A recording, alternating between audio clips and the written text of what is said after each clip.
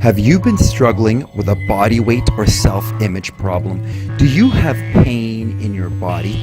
Are you living with frequent colds or the flu? Or even worse, a diagnosed incurable disease? How would you like to hear that none of these issues are real?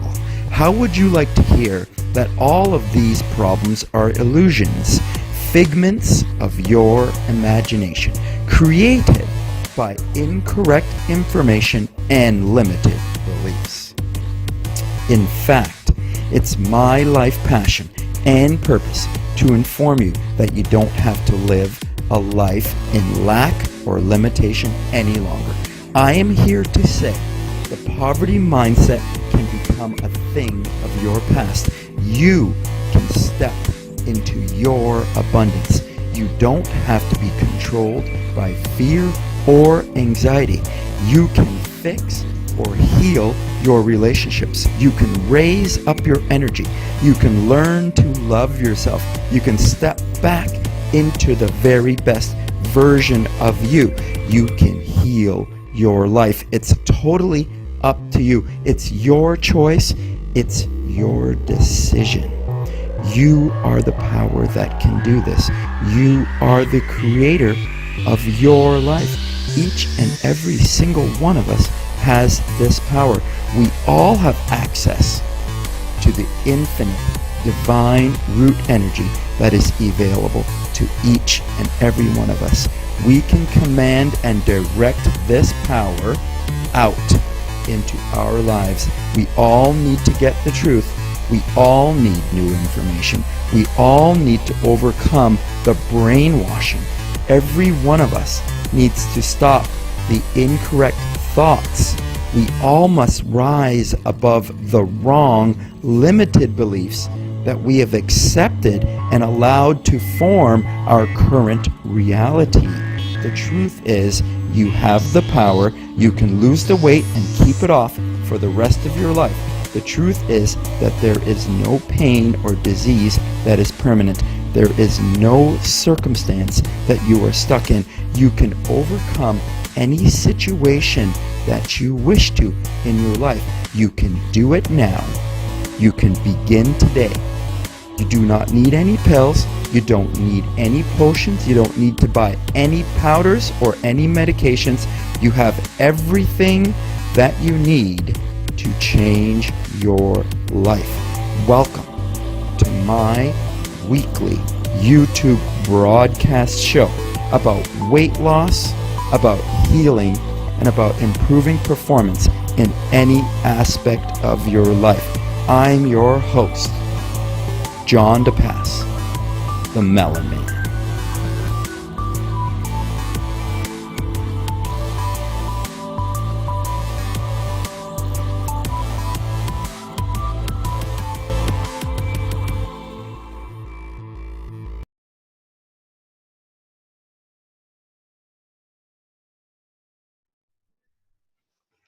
Welcome, everyone. I've got a special treat to start off the new year. The Melon Man is here, and I've got Miriam and my big mentor, Elatom, here with me today. I'm so grateful for this time to spend with the both of them.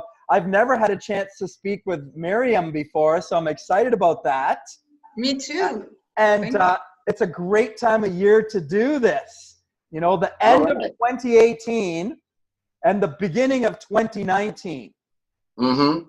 Right? Exactly. I think this is a key time because people are talking about nutrition, thinking about nutrition, thinking about food, thinking about their goals for the new year, thinking about how the last year was and how they want the new year to be. Absolutely. Do they want it to be the same or do they want it to be different? Right.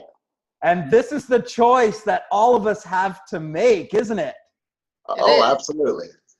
It's a decision. It's a choice. Oh, absolutely. And the thing about it is, like, since I've been on this path for the 18 years living on prana and seeing this journey, every year I can see myself improving with these little changes because our body is designed not only on daily cycles and weekly, but yearly cycles. So there's something in everybody innately where they say, I think I'm going to try to do better this year. It's like that inward voice. Exactly, it is. And can I just like jump on what you said about the little changes? I think this is very key. I used to think that for my New Year's resolutions, I had to make big changes. You know, I had to Right. think big, have big goals, big objectives, and I realized that small changes, but consistent small changes, that was bring the most results. And Oh, absolutely. I'll give you a free example. I wasn't working out for some times, although I grew up in, I was raised in a family who was exercising, and I grew up doing 10 years of ballet, like dancing, you know, ballet. But I did stop for a while, especially when I was starting my business. I didn't exercise at all. And when I wanted to start again, I was starting to do hours, and it wasn't working. Like most people, you go to the gym and you do, I don't know, an hour, 2 hours every single day. And after the first week or a couple of weeks, you quit, that's it. And Right. then I thought, how about you just do 5 minutes, Marian? And I was starting 5 minutes just in the garden, like literally in the backyard. And I was just running, doing simple things, and every single day. And Oh, absolutely. after 2 weeks, I was adding a couple more minutes. After 3 weeks, a couple more minutes. And at some point, I was coming to the stage I am today where I go hiking, you know, almost every day. I exercise naturally every day. Right. It's just part of the life. It's integrated. That is the key point. Integrating everything you want in your life every single day, even a little bit, because that matters more than anything else. Oh, absolutely. Consistency always pays off. Very important advice. I like the small incremental changes as well. But the thing is when you're making a change, I think, is look at it over the course of the week. I like to evaluate each week, and I say, you know, what little bit of change did I make this week? But it's to try and keep that little bit of change going consistently, right? Yes. It's to try to maintain consistency with the change. Right. Exactly. Yeah.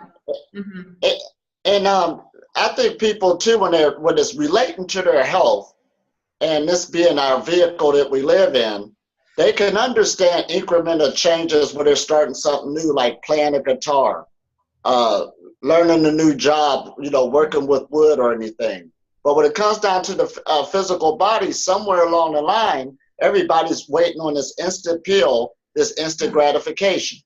That's right. And it's the same mode, just like you're learning any other skill. See, life is a skill. It's like an art. You'll get better at it as time goes. But at least put in the effort, stay consistent, and you'd be surprised because we are working with, ultimately, light and sound frequencies on everything we do. And this is where we at now in our knowledge and our understanding. It's more than just you are what you eat. You are what you think. This is all a thought process. And this is what makes it so great now in the age that we're in. Exactly.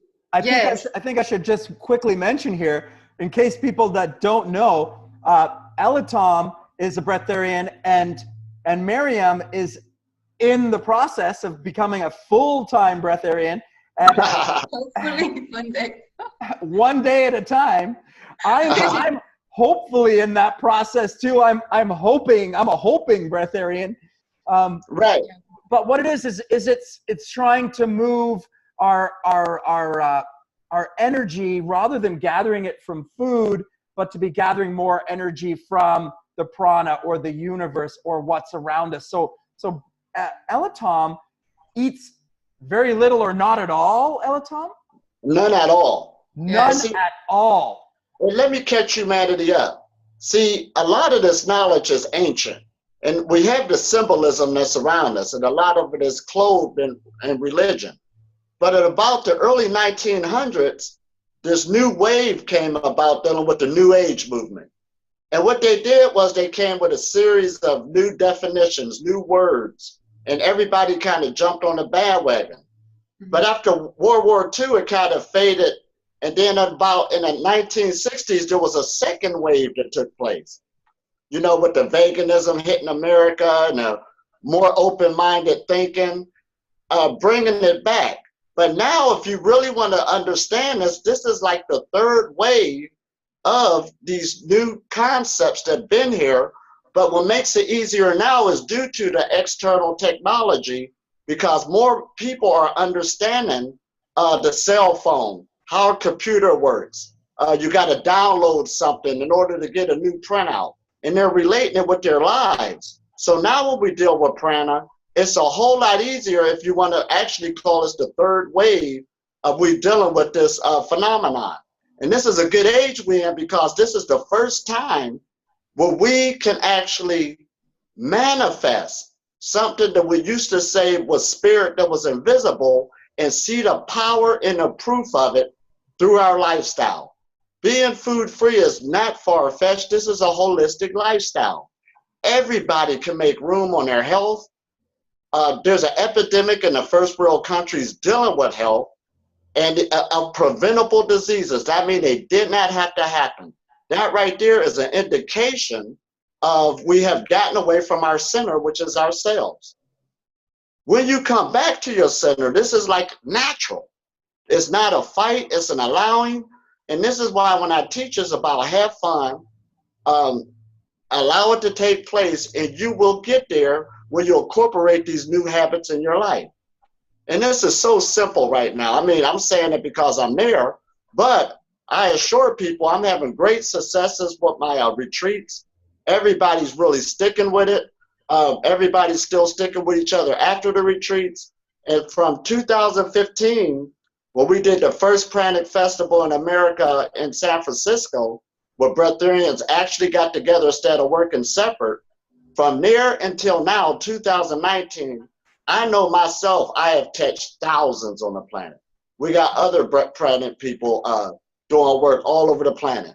Within the next 10 years, this will be natural phenomenon that it exists for all of humanity, without a doubt. Wow, that's such inspiring news, because many people right now actually take offense to me talking about the possibility of not eating or you know the unrequirement, the non-requirement for food and vitamin and mineral. Like a lot of people get upset about that. Oh, absolutely. But see, look at this. Knowledge always increase. It's been increasing itself. That's what we do as being human. And right now, like when you look at social media, you see fasting is on the scene, intermittent fasting, like never before. Even the hospitals is requiring it. 20 years ago, when I went into the doctor's office, it still had the old food pyramid. But when I left America 2 years ago, they had the meatless diet. So it's an evolving mechanism that takes place. So of course, when this knowledge first hit people and you've been educated with the vitamins, minerals, that's understandable. But as time goes on, and knowledge is always replacing itself, even in the medical field, it's not staying the same. And people are waking up more and more, and it won't be long, like I said in my victories, that the people who used to fight against me is not fighting anymore. This is like real. It's a reality. Nice. And people are really getting offended, not because it's not true or don't make sense. What this does is put responsibility back on the individual. This isn't no government conspiracy. You know how you feel when you eat something. You know you live in an energy. You know breath is a lifeline for you. Clean air is a lifeline. All we got to do is get back to the basics and allow this process to work. Yes, you get tired from negative thoughts, being a mean person. This is basic 101. And I love it. Miriam, Yeah. can you share a little bit about your current path and where you're at with food right now, and maybe some things that you've learned about the unfooding process? Absolutely, yes. As you said, Elitam, as you said first, actually, people do get this triggers people, okay? Yes. But I believe it's totally normal, because see, back when I became a vegetarian in year 2000, so 19 years ago now, that was already something new. I was going to school, I was 12 by then, and I was going to school and nobody was understanding, you know? So even the grown-ups and the kids around me, I was getting so criticized, and at such a young age. And I think it's even harder when you make a choice that seems so natural for you, okay? Like even overnight, and people question you, and people get offended because you set up something new, another model, another example, and this triggers their lives, this triggers their beliefs. But it's also human and understandable, because I think you really like think your entire life, you know, you really think your entire life around. You have to reevaluate, right? Exactly, Reevaluate. yes. Yeah. And something very important that I learned along this path is that reaching a point of, or growing our freedom in one area, means that we actually have to grow our freedom in all other areas as well. Okay, so for one to understand that, you know, food freedom aspect, one also has to understand the other aspects of freedom in our life, like more freedom in the professional way, freedom emotionally, freedom also sexually at some level, freedom mentally. As you said, the mindset is so key. I believe that is probably the most important part. We could call this path a mental path, you know, of pranic awakening, because it really is about that. And so, and also maybe at the beginning stages, the first issues we can face is that we think it's only one part. Like even myself, when I was doing this transition, let's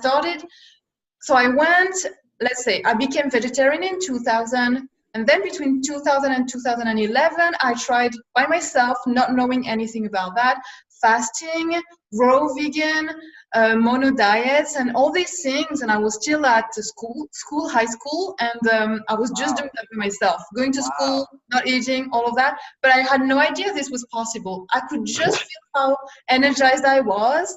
And I wasn't telling people, only my mom knew, because obviously she was living with me, so she could see, and she was getting worried. But apart from that, everything was all right. I just didn't know about that. But then when I knew consciously, because I remember I was in Australia, and my mom gave me a call, and she was telling me, oh, Mariam, do you know it's possible to live food free? So she was the one then telling me, which is funny. And so 1 year later, I'm transitioning like consciously on that path. And because I was committed as an employee, working full-time in Paris, and having this mortgage, and I bought a place to live in Paris, so that was expensive for me. And all of those commitments, like financial commitments, professional commitments, made me realize that even though my physical body was able to sustain itself on juices, I couldn't. My life was too much demanding, of a mess. too demanding, too much financial responsibilities and challenges. Exactly. Yes. And that's when you start to understand that you need to grow your level of freedom in other areas as well. It can't just be the food aspect. It has to be all other areas as well. That is so valuable. That is great information to share. Absolutely. It is, yeah, I believe. So that's why as the life is really more demanding, it's harder to step away from the food. And if you can shrink your life down, then you'll find you'll be able to live easier in a food-free environment. That's right. At least at the beginning, yeah. Exactly. Good. Yeah. Thank you. Because going back to my walk, that was the thing that did it. When I slowed down my life, that was the start of it. I see. You brought that up. My life is still so busy. My life is still so very big and full, and my responsibilities and my financial commitments and my overhead and my family and all of that is so very, very large right now that that's probably a part of my challenge. Oh, that's absolutely. Okay, Because if you Actually, can make food, it with this challenge, sorry, I just say that if you can make it with all the challenge you have today, you're going to be great, even greater after. I want to say, honestly, from experience, that works well. and I'm glad y'all brought that up because food is about 10% of living food free. Yeah, Everything else cover every other asset of life, your finances, family, your yeah, friends, your workplace, because those are all nurturing us, if we realize it or not. Those are other forms of nutrition. People have, because even when I teach now, I'm teaching at a whole nother level of, see, we used to be you are what you eat, but now it's you are what you think. yeah. And when you're dealing with old belief systems, there's a saying that says breaking up is hard to do. So, and that is some really serious stuff. And even here in Israel now, I got a talk coming up, and it's dealing with the body as a tool for your spiritual growth, how it's a window to the invisible. And when people start understanding this, everything you do, what you say, you think, that does mean something on how the body is being nourished. This is a whole nother ball game. You're bringing it to a moment-to-moment basis, that in every single moment of the day is an aspect of you becoming food free.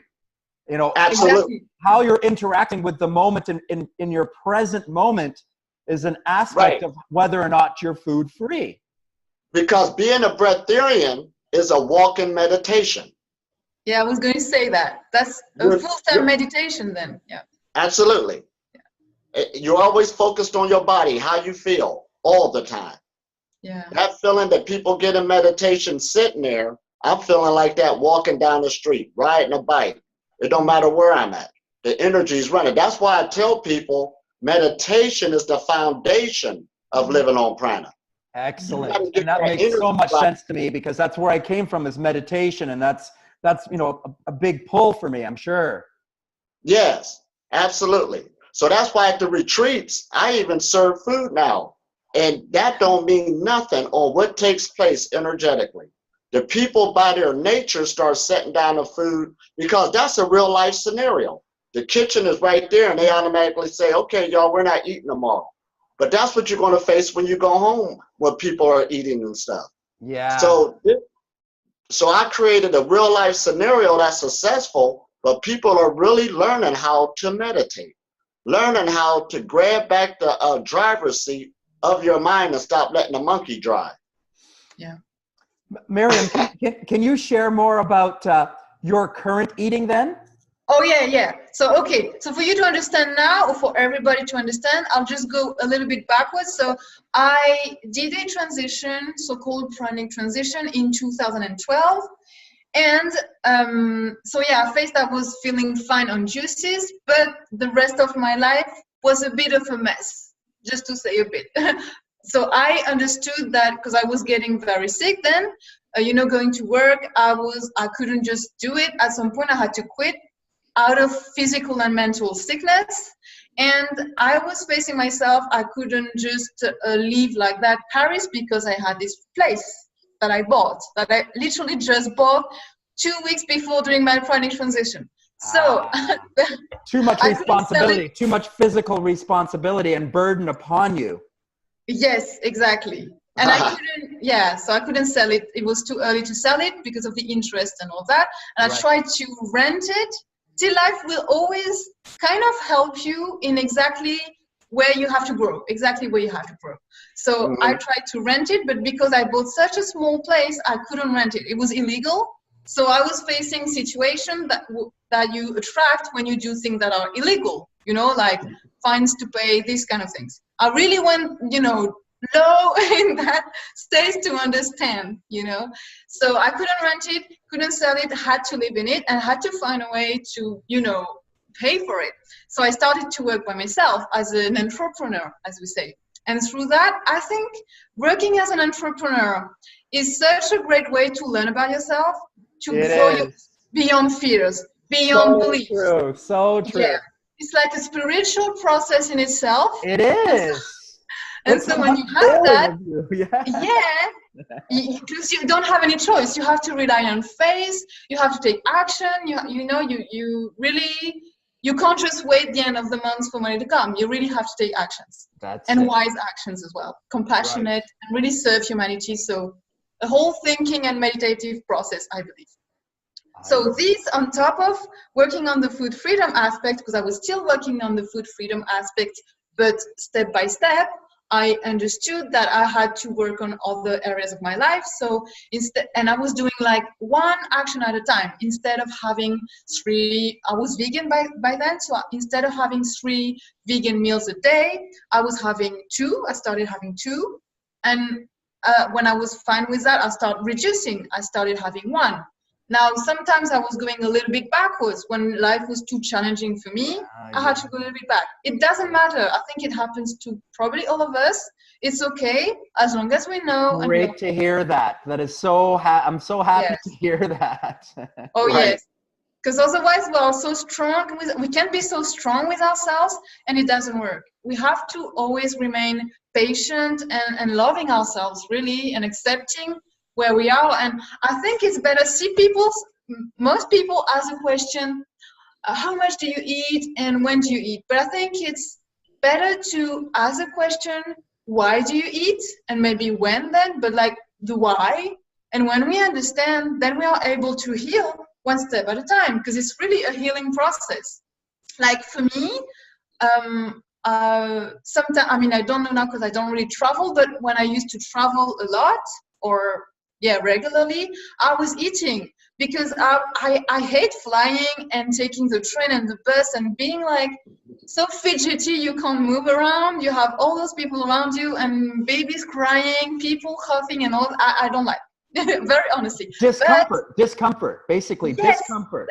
Exactly. So I don't know today, but like a few months ago, it was that. So during those periods, even though I wasn't eating on a regular or daily basis, during my traveling, I wanted crisps and fries, like very unhealthy type of food. Yeah. But at the beginning, I was just eating like big loads of that. And at some point, the next stage, I was asking, okay, Mara, why do you want that? Okay, that's the first. You start to be conscious that you are, oh, sorry, what is this? You start to be conscious that you are what you're doing. That one of the first steps, being conscious. So you start asking yourself, why am I doing this? And then you enter the layers. First layer, you understand, okay, I'm in a different place, I'm out of the ground. For me, like being grounded is very important, and I kind of that was like a challenge for me as soon as I was not so grounded. So like anything that is like rollers, biking, skates, flights, all those things that put me away from the ground, in other words, that can be a challenge, or that used to be a challenge, you see? So that was the first layer for me. I was telling myself, okay, that's because you're kind of shaking your grounding. So that was one answer. Now if we go deeper, second layer, so everybody is free to go as deep as they want, okay? But I think the best way is at some point you go deeper and deeper and you understand, and then it becomes faster for any time you want to ask a question in any situation. You get it? So second layer was, okay, why do I feel not so grounded? And if I remember, then you go back to maybe previous memories and you remember, well, yes, this reminds me when I was traveling from where I was born, Reunion Island, to France, a country I grew up in, and it was challenging because that was when my family split, my mom and dad, and so I felt ungrounded, and it was hard and unpleasant. That is a second layer. That's a negative association that you made between flying and exactly. breakup of your family, and that's emotional stress, and then you want to heal that and manage Absolutely. That. Exactly. So actually the food in that process, you understand that you've been using food to heal, right? But now, instead of using food to heal, you use something else. I believe you use meditation, because this is a process of meditation. And the more you meditate on that, so you can sit at some point and meditate like closed eyes, or any ways you want to do it. There isn't only one way to meditate. You can meditate as best it is for you, for chanting, mantra, anything. So, but when you replace that food by meditation and basically a conscious process, you start nourishing yourself in another way. And magically, tling, the fries and chips disappear. You see? So that's I think that's people can do that for anything when they want to eat, asking ourselves why we do that and when. So I was doing that when I was traveling, but it can be any other time. If I work on something that I don't like a few days ago, I was working on translating video. I still do that because I'm in the process of, transitioning to something else, but I was still doing that, but I don't like that. But I'm good at it, but I don't like. So when I do that, I know I have something like a banana. I had a banana that time because now I feel more, I no longer have the fries, but I have a banana when it's like that, when I feel like, but I know why. So now, although I could do different, I still do that because I want to be able to do this project the way fast, and because I kind of push myself when I work. Okay, that's something. So yeah, but for anything, if it's challenging to you and you want to eat, that's probably a reason, something to ask yourself and work on. How can I make it better? How can I make this practice something more nourishing to me? And if there's no way to do that, well, try to find a way to stop doing that. And that can be very challenging. Knowing that you're doing something that you don't actually like, but you're still doing it for any reason, whether you don't want to say no, whether you don't want to, you are fearful to move on, to quit that. It's very challenging to accept sometimes, I believe, that something is no longer for us. And accept that where we're going, maybe the unknown, but that will still be better than what we had previously. So you're talking about changing habits. You're talking about changing behaviors. Great thing for the new year is that people need to, develop new habits and new behaviors for the new year. That's what we're trying to do, is break the current habit of reaching for food or reaching for incorrect food or wanting to reach for different food than we currently are, moving from processed foods, hopefully moving a little bit away, transitioning hopefully from the meats, hopefully moving to more raw, live food. This is the direction we want to go because we want to put in high energy foods into the body to try to lift the body energy up higher, so the body becomes more of an attraction for information, for knowledge, for understanding, for wisdom, for awareness, for a deeper understanding of self. And the more that we understanding the self, the more we're able to manage the energy that we're putting out. Exactly. Absolutely.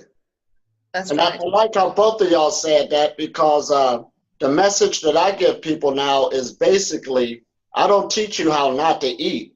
I teach you how to eat yourself to food freedom. First, learn how to eat. Oh, Eat yeah, very important.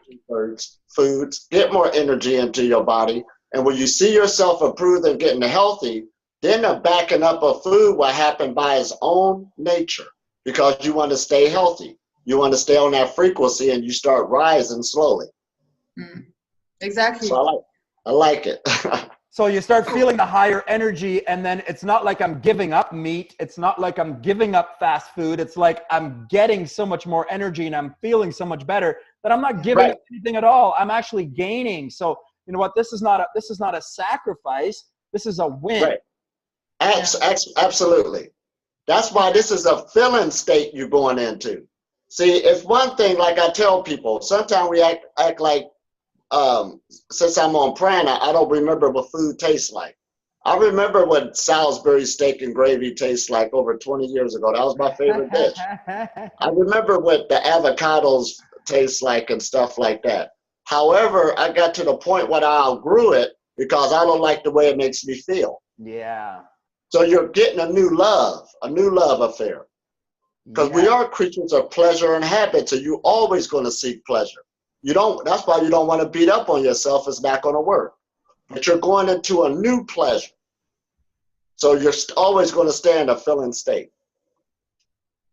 Okay, so guys, both of you, please take turns commenting about people eating around you. I'll tell you, for me, Monday to Friday, I'm trying to not eat. If I have to, I just try to use raw juice Monday until Friday afternoon. But as soon as it comes to the weekend, I've got 3 kids and a wife, and I can hear the bags of chips rustling around, and I can smell the French fries cooking in the oven, and I'm done work, and I'm home. I'm home with the family now, and this is the time where I try to I relax and eat with my family. But talk to me about people eating around you. Okay. I personally don't have that no more because I made the choice to not eat socially. I'm not saying it's going to be like that forever, but at the level I am, I believe it's helping to not have that.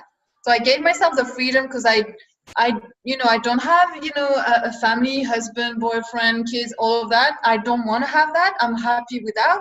But my life is meditation, and I could say I dedicated my life to that. So I guess, I live by myself and I don't have these things. And the people I know, and I do socialize, I want to say, I think it's also important at some point. And I socialize with people who understand and who either are on that path as well, which is possible, and who understand, and we hang out together without having to eat. So there's so many things you can do without eating. And I think it's, as you said, it's not like, just like for the food freedom, it's not about quitting food.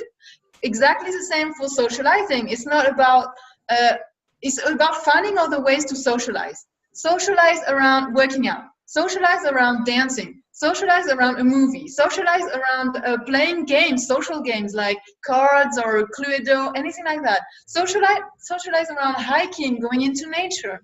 There's so many ways. That's one thing. Now, if you want to be part of a social gathering around food, what I do or used to do when I was facing this situation, I would entertain people. I would perform. I would either play the game of the waitress to, help and serve people, or I would play the violin. I used to play the violin. I would do a play, anything that really makes people happy, because that's the way I believe that people will always remember this moment as a joyful and entertaining moment, especially if you have kids, especially if there's children around. I think people have to rethink and be creative about the whole social gathering. That's very key. It's about being creative on that path and happy and live in abundance. Really, really, really want to be clear on that. Very good. Very good advice. Great information. Thank you. You're welcome. Yeah. Tom, what would you say about people eating around you? Does that challenge you, or do you just avoid it, or does that not even bother you anymore? Oh, for me, actually, it don't bother me at all. Actually, I'm looking at people saying they really don't, even though I'm not judging, they're doing a lot of harm to themselves. So that's the eye I see through. Now, as I teach in the retreats, everybody had their own schedules in life. And what you said is a classic schedule of being with the family. They're still eating and stuff. That's why I ask people, ask yourself, see, there's many different ways and levels on how to apply prana. When you have a household like that and the kids coming up, you don't have to be totally food free altogether, because that frequency is not fair to the whole family. No. You understand? Yeah. So when I was raising my son, I chose to eat with him every other weekend. And when we ate every other weekend, believe me, I made it a good time when we did eat. But I kept that type of route. Now, the thing about one thing in life that's going to take place, that's called change. And as my son got a certain age, one day he came at me and said, well, Dad, I don't want to hang with you this weekend. I'm going to go hang with my friends. I was sad, but at the same time, I was happy, because I get to go continue my evolution. So now I get to apply prana differently due to the situation I created. Now, of course, he's grown, so I live a life, again, alone. That's what I choose. I also deal with the celibate brahmachari energy. So I'm alone all the time. But even when I'm around people, like I said, it don't bother me at all. You would get to those stages where even when people say they're hungry, that's actually how their mind's perceiving it. For a long time, I don't even know what that is actually.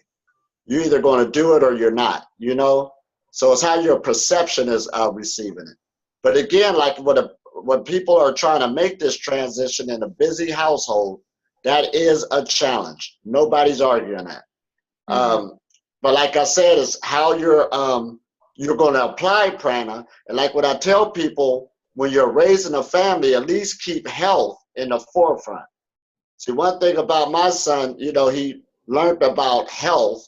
That was the number one message. And even though he's on his own now, he got that up under his belt to keep health. And he also, I didn't even force food freedom on him. He know the meditations, and he went through an 11-day retreat one time, but no eating or drinking, like it was a breeze. There's a YouTube video on that where he's really explaining to people. I've seen that, yes. Yeah. Right, the power of meditation, really working with it for 4 months straight till he energetically got stronger. Because it's all about energy again. Yeah. And then, like I said, when you get to a certain vibration and stuff like that, you start seeing things differently because your mind opens up. So again, when I see people at a table sitting there eating, for me to jump in is not even there at all. And like I said, I don't judge them at all. Like Miriam was saying, I entertain myself with other things and conversation and stuff. But on another level, when I look at the food, I understand it's doing some real harm to people. Food will kill you, and it has been killing people, making them sick, especially if you abuse it, and apparently if you don't know what you're doing. This is a very serious issue. Agreed. Okay, so going further, you've already touched on something that I definitely want to, open up the envelope on here. You talked about the sexual energy. This is a big one. This is a big one. Yeah. Absolutely. Because we've all been told, I notice it now, my 14 and 15-year-old daughters, the cool people now at high school are the ones that are having sex. It's cool to have a boyfriend. It's cool to be engaging in relationship. The first thing we're supposed to do, we're supposed to get married and have kids. This is what we're supposed to do. And then, you know what? We wake up at 40 or 45 or whatever, and we go, hey, wait a second. What have I got all around me? And is it exactly really what I want, or did I just do it because I was supposed to do it, Right. And see, I can relate to that because I grew up in that same situation.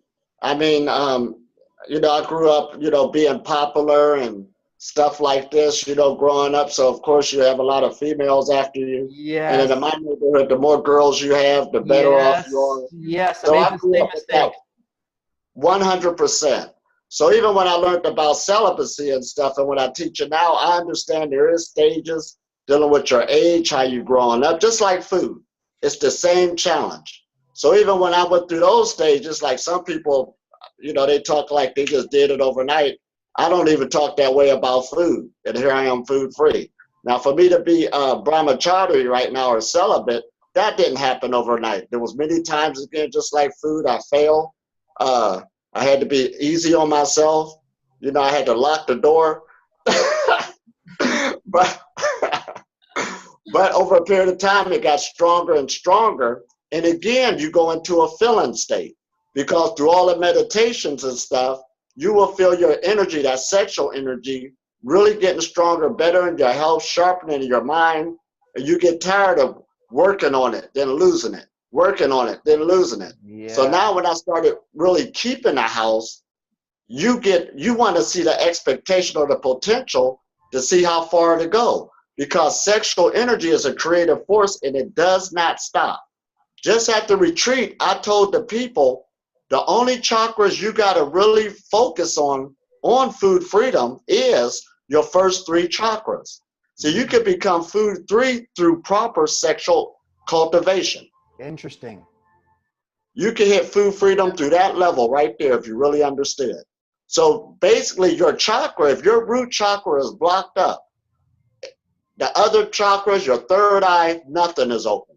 I know people are fooling themselves. They're playing these games. You have no spiritual energy if that heat is not, because heat love to rise upwards. That's just physics. And if it's blocked up, it shows in your physical body. If the physical body is sick, that is an indication right there that the root chakra is blocked. Okay. That's right. Okay. So, Miriam, specifically about female sexual energy, I made a post about the female sexual energy, and I called it the ovum. Is that correct terminology for the female sexual energy? Oh, can you say the word again? ovum? Over. I'm not sure in English, honestly, but maybe, honestly, I'm not sure about the scientific or mathematical words, sorry. But I do understand energetically how it works, but then about the terminology, I'm not sure. The female ovulates each month. Yeah, So, sure. so her sexual energy, is it the ovulation energy, or is it the orgasm energy for the female? Like for the man, orgasm and semen release happens, but for ovulation for the woman happens every single month without any sort of. Oh well, so the ovulation brings a type of energy that does feel like can make a female feel like more excited or more wanting, in other words, to have the sex. Now, I believe when we meditate, I honestly believe today, without meditation and forcing ourselves to not have sex when this happens, especially if we are already, very sensitive and very highly attracting having a lot of energy, that would be very hard to force ourselves not to want sex or not to have sex if we have the opportunity, because it has to come from a meditative state and really using that sexual energy and transmuting it through the meditation. It's like a whole process. Because from my experience, I can say today, when I was forcing myself not to, and I was this ovulation happening, that was really, really challenging. And I think it's the same for everybody on that path. When you refine your food intake in quality and quantity, and you really start working on growing your energy, that with chances are this will be a challenge on the way, and that's a major one. So do you can women engage in sexual activity and not lose their sexual energy? I don't believe in that. I mean, maybe it's possible. I don't believe in that, because I believe it's playing with fire. And I wouldn't, at some point, you don't want to do that. Because why? See, when you do that, when you try to have sex, like tantric sex or sex without, spilling your fluids, because that's really what it is about. So that's it. Like for the woman, but the woman doesn't, like, her ovulation comes every single month anyways. Yes. Oh yeah, but there's a story. Yeah, there's something around the fluids as well. You see, it's the release of the fluid. So it's the orgasm, is it, or just the fluids of intercourse? Well, even just the fluids, because we lose fluids. Yeah. Right. So it's still energy, right? Right. So if we're letting that fluids go, the sexual fluids go, that's reducing our energy. Yeah, exactly. That happens this way. Absolutely. Just like for men, we think it's only a man thing. Well, it's more obvious for men, but women also have fluids and can lose that. Right. I think that series coming up soon, dealing with female brahmachari. Yes, absolutely. So, I believe, I was going to say, I believe as long as we eat, we want to have sex, and as long as we have sex, we want to eat. It's like they go hand in hand. Yeah. So if you're trying to stop one but not the other, that is uneasy. I believe from my experience. It's not gonna happen. Yeah, honestly, yeah. It's much more easier in anyways, both ways, when we commit to really focus on, meditation, and then we don't think, we don't want the food so much, and we don't want the sex either so much. It's the whole package, in other words. Right. But we can't go through that forcing ourselves. It has to come through meditation, I believe, from experience. Absolutely. Yeah. Absolutely. Because you're dealing with the exploration of consciousness. And your body is your consciousness. That's right. Your reality is your consciousness. Yes. That's what you're exploring. But also, when you see the results, I'll be sharing just one experience, okay? Like, it's very intimate, but I'll share anyway. When you have sex with someone, you exchange DNA, you exchange information, you exchange so many things that we don't even think about. So at some point, when you raise your energy, and like for me, when I was like really getting healthier, like, physically, mentally, energetically, and I was already vegan and starting meditating more, But I had that sexual experience with someone who was not at my level.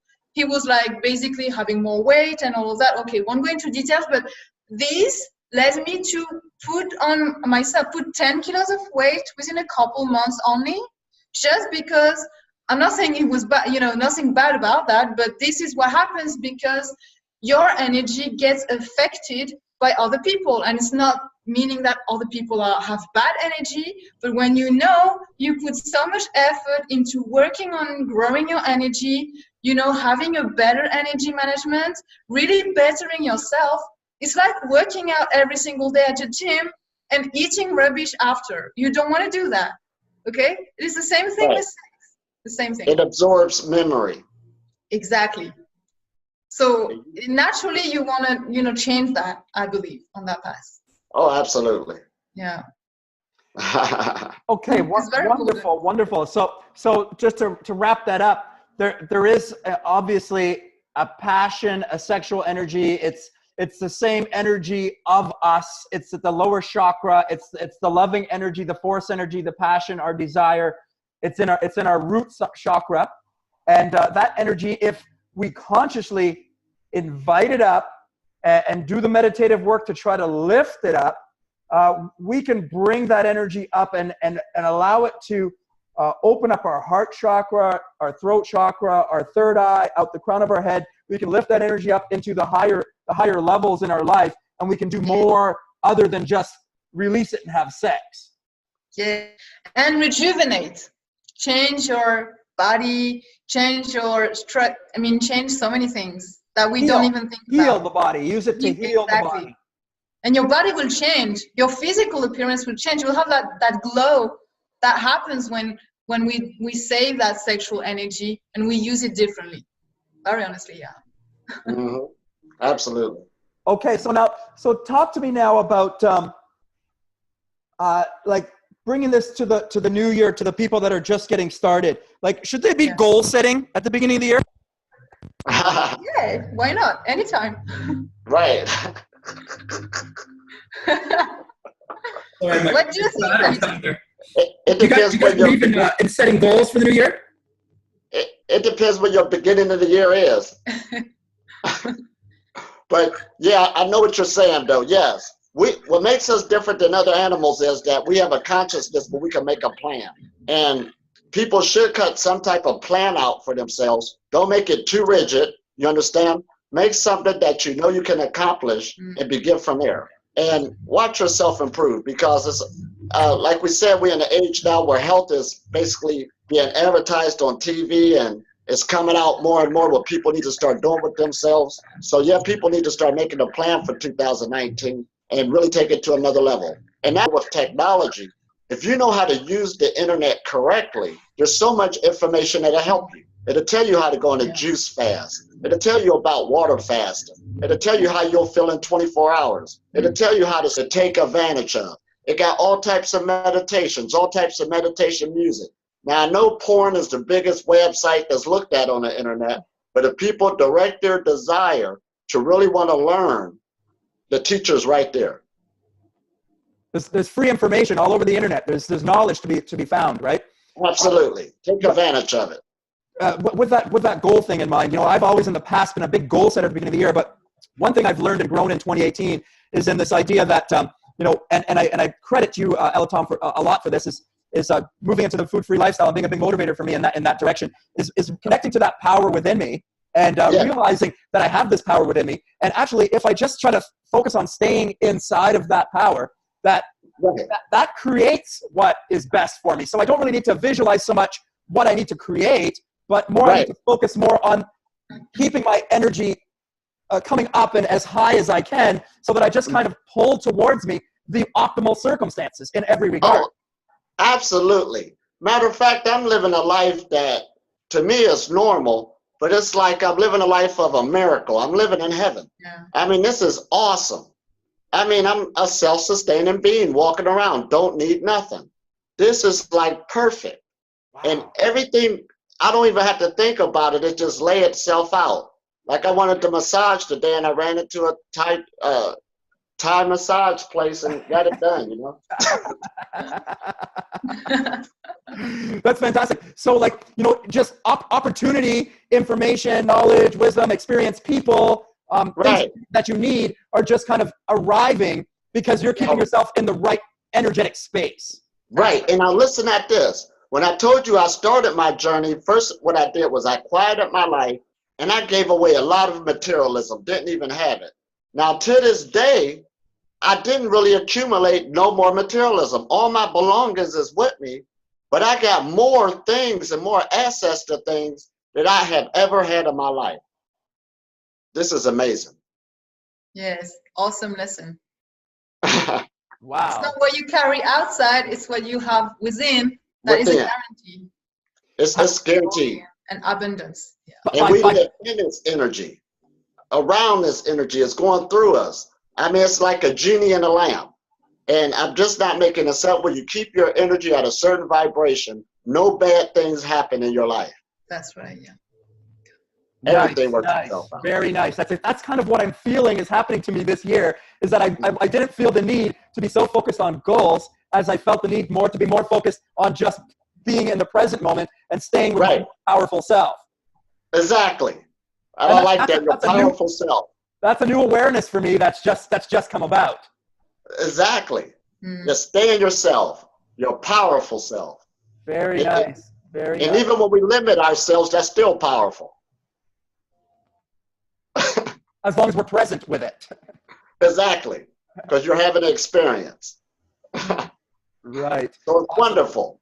Yes. And as I like to say, if we add meditation in our daily life, we can achieve anything with meditation, just meditation, and live this life of miracles starting from there. And everything else will unfold and follow.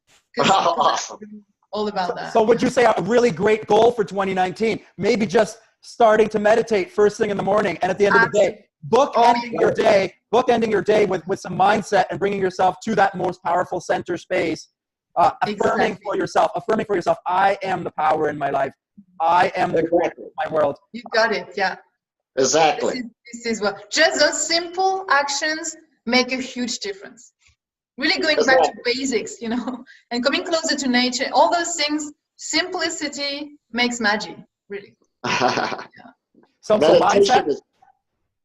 meditation is medication. Yeah, I love that. Yeah. So the mindset is managed and centered by the meditation. We try to bookend the day with that, and then during the day we want to be moving because that's important, isn't it? Oh, exactly. Oh yes, and moving, you use your consciousness to also make it a active meditation. In other words, you see what I mean? Yeah, that's the point. And then, as you said, it's good to like sit and go more maybe into introspection or do positive affirmations. But all of that is like different types of meditation practices. But the whole overall action is a meditation in action, right? Oh, exactly. Yeah. So we got many different forms of meditation: light, vibration, sound, movements. Yeah. That's what Tai Chi is, a meditation. Pick the one that fits you. Pick the one that you love. Because if you got something you really like and you love, you'll stick with it. You don't need to try to do what somebody else does because you might not like it and you won't stick with it long. You can get in shape playing tennis, going for walks, going for jogs, going for bikes, going for yoga, there's a zillion different ways. Which one do you like? And get into it and do it daily and do it routinely and get into a conscious habit of doing it frequently. Exactly. Right. That's the key, yeah. Because prana or energy is movement. It is movement, but you want to move it the right way. So therefore, when you start gaining energy, when you get healthier, you're going to get more energy. You're going to get more movement.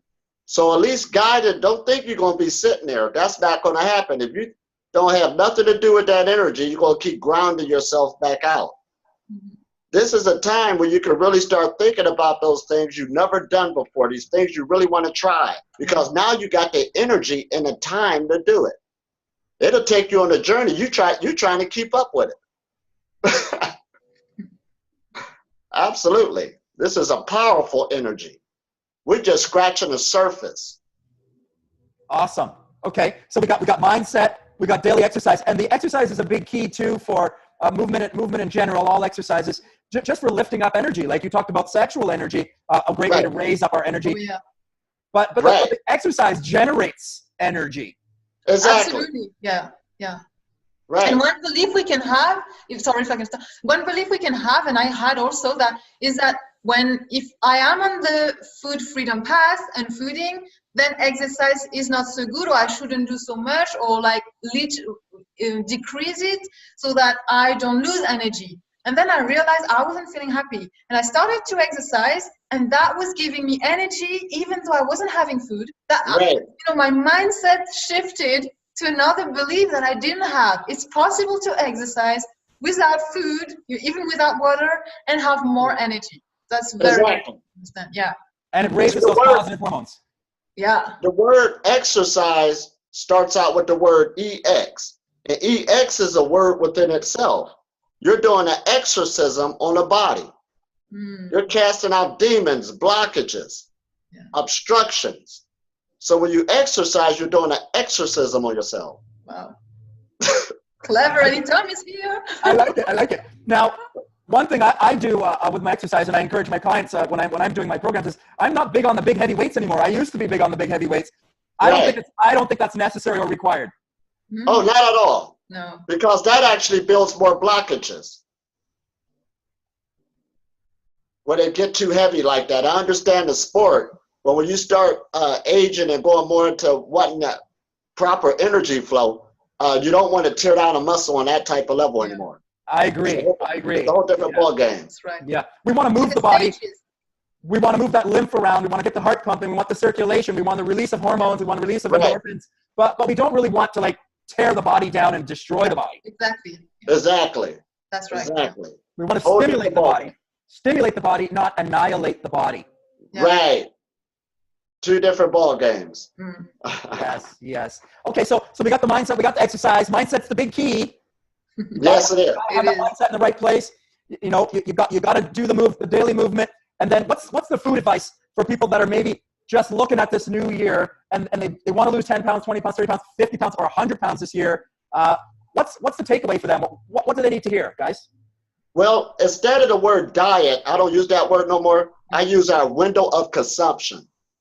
And when you're dealing with the window of consumption, you ain't got to jump from one to another. That's too much right there also. See, back when I used to lift weights, it was like way back when I was a teenager, we used to get these weightlifting magazines, and the slogan was no pain, no gain. But today, it's no brains, no gain. So those foods you really love, if you try to suppress something, eventually it's going to come back up. But just don't eat just to be eaten. You want to enjoy yourself, but in your new window of consumption, at least bring in some higher energy foods and allow the other ones that don't serve you no more to just slowly fade off. And that's the advice I give on that level right there. Because food is just 10%. But if you start doing those meditations and exercise, now keep in mind, when you first start exercising, you're going to want to eat more. Yeah. That's natural. But over a period of time, especially if you keep meditating, then the food part will kick on what to start laying back on. So just take your time, go with the flow, and listen to the body. Miriam? Exactly.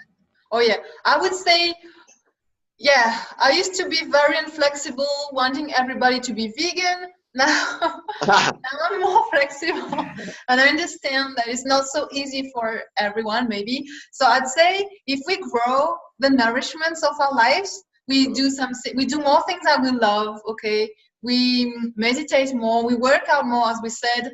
Naturally, we will forget about eating, more and more, and then naturally we will want to eat healthy. Because really, when we want to eat unhealthy food, that's because we already have unhealthy habits.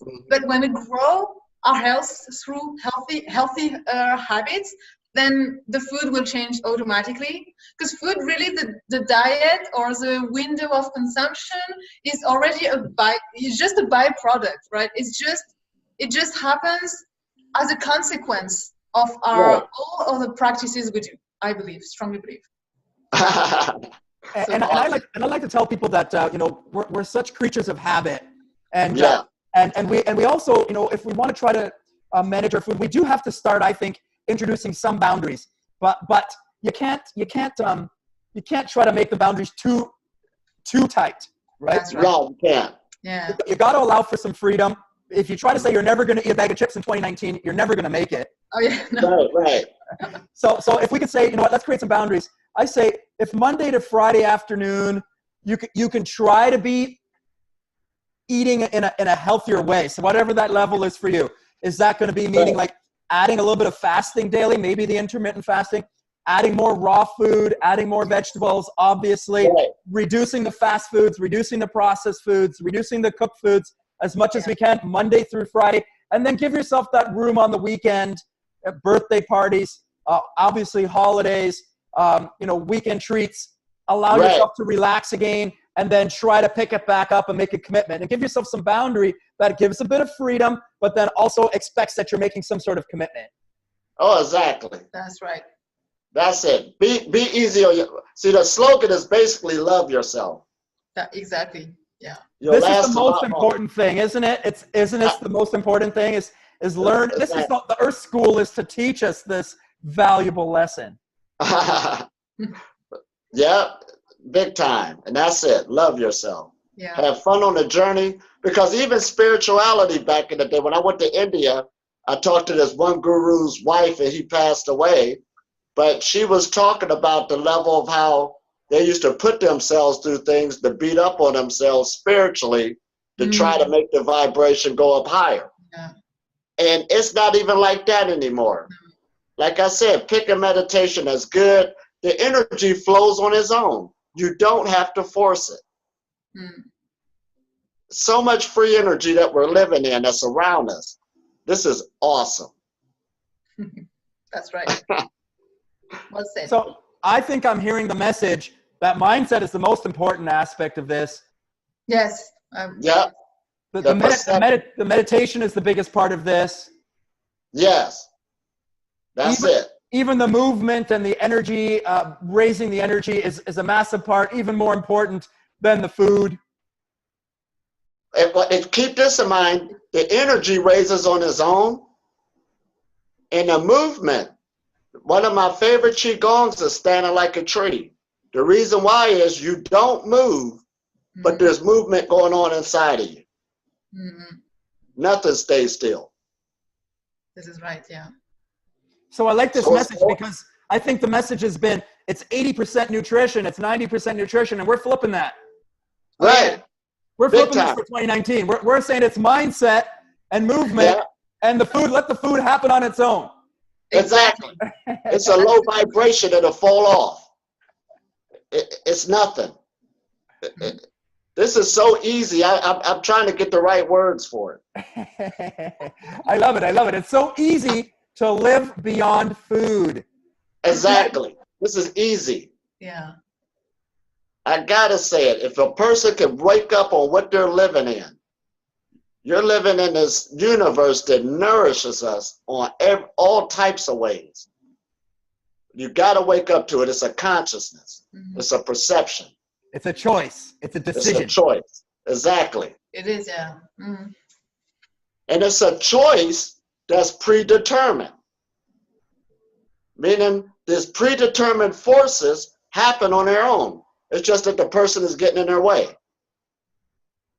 Oh, yes. Because really, as you said, the mindset, if we can be at that stage during the meditation, because it's easy during the meditation, when we come out of meditation, because we are back to a human state with instinct, thinking process going on, and the life around us.